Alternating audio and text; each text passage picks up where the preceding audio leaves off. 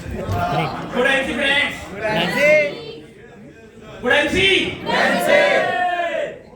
साथियों, जब मैं ये बिजनेस के अंदर में आया था एकदम शुरू में, मेरी पहली ही मीटिंग प्रयागराज के अंदर में थी। पहली मीटिंग, फर्स्ट टाइम। तो पहली मीटिंग के अंदर में केवल 8-10 लोग आए थे और उस टाइम में हमने कंपनी के कुछ प्रोडक्ट चख लिए थे और उस चखने की वजह से हमारे में जो चेंजेज आया था, जो मुझे बेनिफिट्स मिला था, उसको मैंने अपने भाव में उतार दिया 2 लाइनों में। सुनना चाहते हैं? मैं बहुत सारे सेमिनार्स के अंदर वो लाइनें बोला हूं, लिखा मैंने खुद कि चंदन है तो महकेगा है। चंदन का ना स्वभाव होता है सुगंध देना, आग में जलाओ चाहे उसे आप आंचल में छुपा लो। चंदन है तो महकेगा ही, आग में हो या आंचल में, और पानी है तो बरसेगा ही, आग में हो या बादल में। साथियों, ये मुझे शुरू में ही समझ में आ गया था और आज उसकी सुगंध पूरे हिंदुस्तान के अंदर बहुत तेजी के साथ फैल रही है। और आज हम आपको जरूर बताएंगे ये बातें। लोग कहते हैं ना आईएमसी के अंदर क्या है, राइट? आईएमसी हमें क्या दे सकती है, आज हम जरूर बताएंगे। लेकिन बताने के पहले हम धन्यवाद देना चाहते हैं उस महान शख्सियत को जिन्होंने इतने पवित्र बिजनेस को जन्म दिया कि आज हमारे जैसे लोगों की जिंदगियां बदल रही हैं, हमारे जैसे लोगों के सपने पूरे हो रहे हैं। आदरणीय डॉक्टर अशोक भाटिया जी, सत्तर भाटिया जी, शानदार तालियां चाहेंगे उनके लिए। साथ में मेरी ग्रेट अपलाइन, नाम लेते बड़ा फकर होता है, गर्व होता है, आप सबकी भी ग्रेट अपलाइन है। आदरणीय जसवीर सिंह जी, शानदार तालियां सर के लिए। इन्होंने हर पल हमें संभाला, हर पल एजुकेट किया, गाइड किया, हमें जहां भी जरूरत पड़ी रास्ता दिखाया सबने। और आज सर के सहयोग की वजह से हम इस बिजनेस के अंदर का लंबा सफर पूरा कर पाए। साथियों, थोड़ा मैं अपनी जीवन शैली के बारे में बता देता हूं। जब मैं इस बिजनेस के अंदर में नहीं था, मेरी एजुकेशन जब कंप्लीट हुई, एजुकेशन कंप्लीट होने के बाद जब मुझे पैसों की जरूरत पड़ी, पैसों की भागदौड़ चालू हुई, तो मैं पैसा बनाने के लिए मुंबई के सिटी के अंदर में गया। वहां पे मैंने 2500 रुपए यानी 2500 रुपए महीने तक की नौकरी करी मुंबई के सिटी के अंदर में।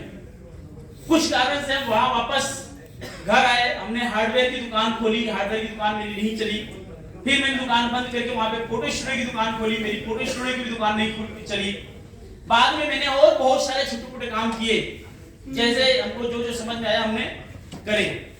लेकिन जिंदगी के अंदर में दाल रोटी चलाने के लिए, अपने ड्रीम्स को पूरा करने के लिए, लाइफ को बेहतर बनाने के लिए जो चीजें हमें चाहिए थी वो नहीं मिल पा रही थी उस वही कामों के अंदर से। उसी बीच में मेरी अपलाइन से हमारी मुलाकात हुई आदरणीय श्री जसवीर जी से। सर आए और मुझे इस बिजनेस के बारे में इन्होंने बताया और मैंने इस बिजनेस को ज्वाइन किया। ज्वाइन करने के बाद लगातार मैं इस काम के अंदर में लग गया। जब मैं इस काम के अंदर में आया, उस टाइम में मेरे पास एक साइकिल हुआ करती थी। ध्यान समझना, हर किसी के पास में समस्या हो सकती है, दिक्कत हो सकती है, परेशानी हो सकती है, सामाजिक चैलेंज हो सकता है, पारिवारिक चैलेंज हो सकता है। मेरे साथ में ही था। मैंने इस बिजनेस को शुरू किया। जब मैंने इस बिजनेस को शुरू किया, उस टाइम में मेरे पास चैलेंज कितने थे? पहला चैलेंज, मेरे पास पैसे नहीं थे। दूसरा चैलेंज, पिताजी का 1% सपोर्ट नहीं था।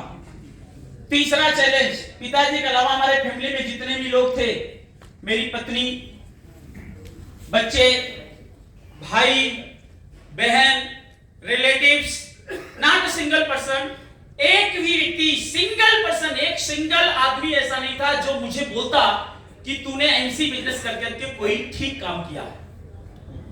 हर कोई मुझे पूछता।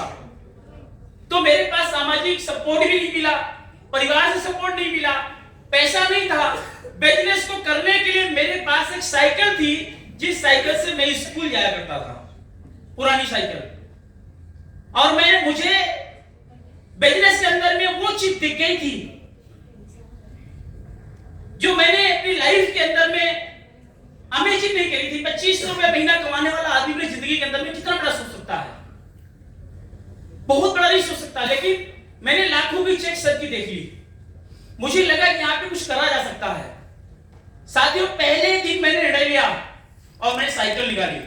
सर ने मुझे शुरू में ही बात बताई थी, अजय जी कपड़े भले फटे हो लेकिन साफ होने चाहिए और प्रेस होने चाहिए। सर की बातों का मैंने हमेशा ध्यान रखा। सर ने कहा कपड़े जो भी है उसके अंदर टाई डाल के चलो तो और अच्छा, मैंने वो भी किया। साइकिल में मैं टाई डाल करके मैं निकल जाया करता था। लोग मुझे देख करके हंसा करते थे, लोग खिलियां उड़ाया करते थे, लोग मजाक उड़ाया करते थे। मैंने लोगों की परवाह नहीं करी। मैंने साइकिल पे पेडल मारना बंद नहीं किया। मैं लगातार पेडल मारता गया, मारता गया, मारता गया, मारता गया, मारता गया। मेरा पहला महीना क्लोज हुआ, मेरी पे आउट आई 1100 रुपए की। मेरी जिंदगी के अंदर में बहुत वो खुशी का पल था कि मेरे घर के अंदर में रहकर के 1100 रुपए मैंने बिना किसी इन्वेस्टमेंट के कमाए थे। स्टेटमेंट के अंदर पे आउट आई। दूसरे महीने मैंने फिर काम किया, मेरी दूसरी चेक आई 900 रुपए की।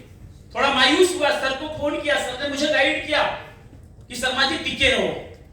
मैं लगा रहा काम के अंदर। सर कहते हैं कि 6 महीना बस रुक जाओ। मैंने साइकिल को फिर दौड़ाया। मेरी पे आउट चेंज हुई, 900 रुपए से मेरी पे आउट गई 3000 रुपए की। 3000 रुपए से बढ़ करके पे आउट 5000, फिर 10000, 20000, 50000। फिर लाइफ के अंदर चेंज आना चालू हुआ। हम साइकिल से मोटरसाइकिल में आ गए, मोटरसाइकिल से दूसरी मोटरसाइकिल, फिर दूसरी मोटरसाइकिल से हम कार में आ गए। और फिर मैंने कार से दूसरी कार ली, तीसरी कार ली, चौथी कार ली, पांचवी कार ली, छठवीं कार ली, सातवीं कार ली, आठवीं कार ली, नौवीं कार ली। मैंने मात्र 11 साल हुआ मुझे इस बिजनेस के अंदर में। 11 साल के अंदर में मैंने 9 कारें खरीदी अपने पर्सनल यूज के लिए। आज मेरे पास टॉप मॉडल की, जबकि पहले से फॉर्च्यूनर थी, फिर भी मेरे एक मित्र ने कहा कि शर्मा जी वो पुराना मॉडल हो गया, अभी नया मॉडल आ गया, चेंज कर दो। फॉर्च्यूनर होते हुए भी मैंने दूसरी फॉर्च्यूनर ली। और जब मैंने फॉर्च्यूनर ली उस टाइम में मेरे पास ऑलरेडी टॉप मॉडल की BMW गाड़ी है, पता ही सबको। क्या एक 2500 रुपया महीना कमाने वाला आदमी अपनी जिंदगी के बारे में, इतने बड़े सपने के बारे में सोच सकता है? No sir. इतनी सोच, इतनी सामर्थ्य देने की जो क्षमता थी वो IMC के अंदर में थी, अजय शर्मा के अंदर में नहीं।